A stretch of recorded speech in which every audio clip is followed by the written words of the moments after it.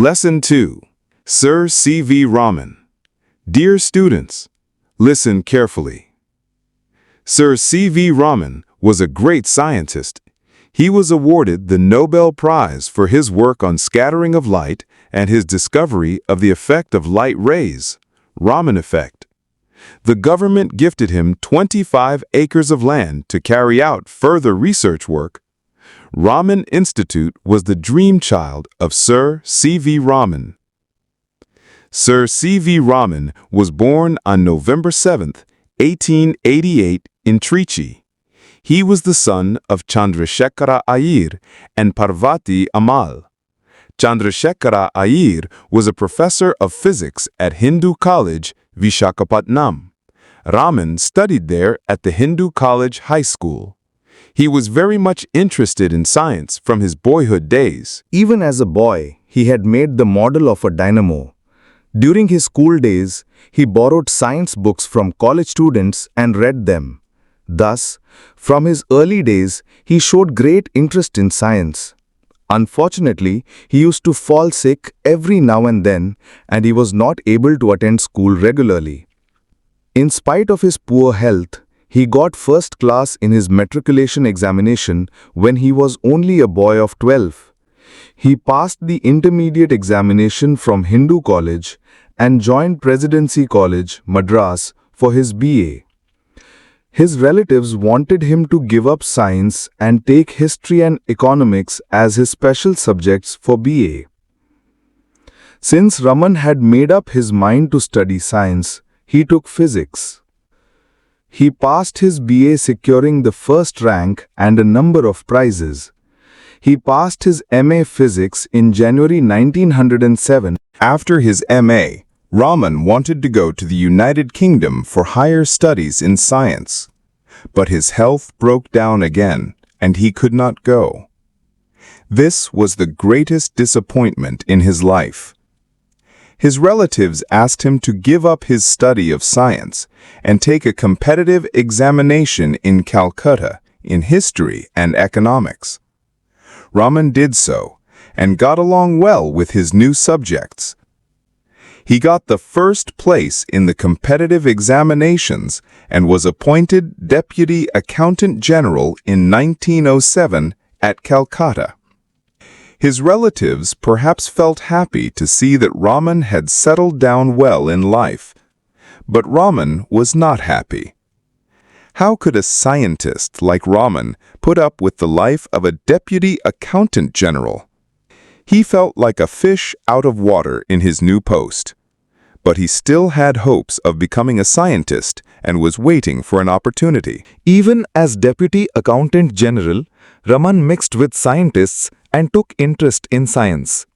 One day, while returning from his office, he saw a banner outside a building on which was printed, "The Indian Association of Scientists." At the sight of that banner, Raman got off the moving train and went to meet the scientists who had gathered in that building. Sometime later, when he was in Rangoon, he learnt that an institution had bought a piece of modern scientific apparatus. He hurriedly put on his clothes and went to have a look at it. Such was the interest he had in science. In 1911, Raman was appointed Special Accountant General for Posts and Telegraphs in Calcutta. But when he was offered the post of professor at Calcutta University, he jumped at that offer and accepted the post gladly. After working at Calcutta University for 15 years, he became the director of the Indian Institute of Science in Bengaluru. The Raman Research Institute was started in 1948. Raman resigned his post at the Indian Institute of Science and became the director of the Research Institute. Here he conducted his research in physics until his death. Raman was a great scientist. Throughout his life, he was intensely attached to science. For the sake of science, he gave up the highly paid post of the Special Accountant General and accepted a professorship at Calcutta University. He would forget all about food and rest while he was at work, And his wife had often to tell him that his breakfast or coffee was getting cold. Like all great scientists, Raman had a lot of curiosity. Earlier in his life, while on a voyage to Europe, he saw the wonderful blue of the Mediterranean Sea. This led to his work on the laws of light scattering in liquids, and it ended in his discovery of the Raman effect. He was awarded the Nobel Prize for this in 1930. Raman was a kind man. He helped people when they were in difficulty. When he was working as the Deputy Accountant General, a villager went to him with some badly burned 100-rupee notes. Any other person perhaps would have turned the villager away. But Raman took pity on the villager, examined the notes himself, and allowed the villager to exchange the burnt notes for new ones.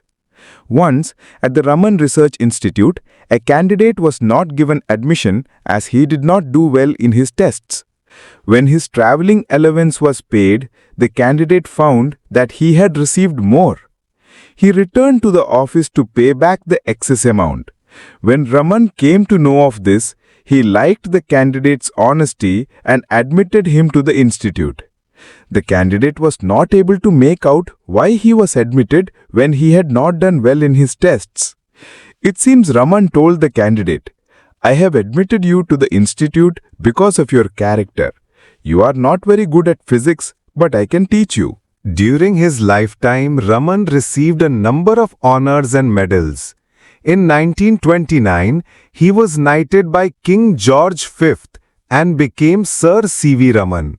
A number of universities honored him with doctorates.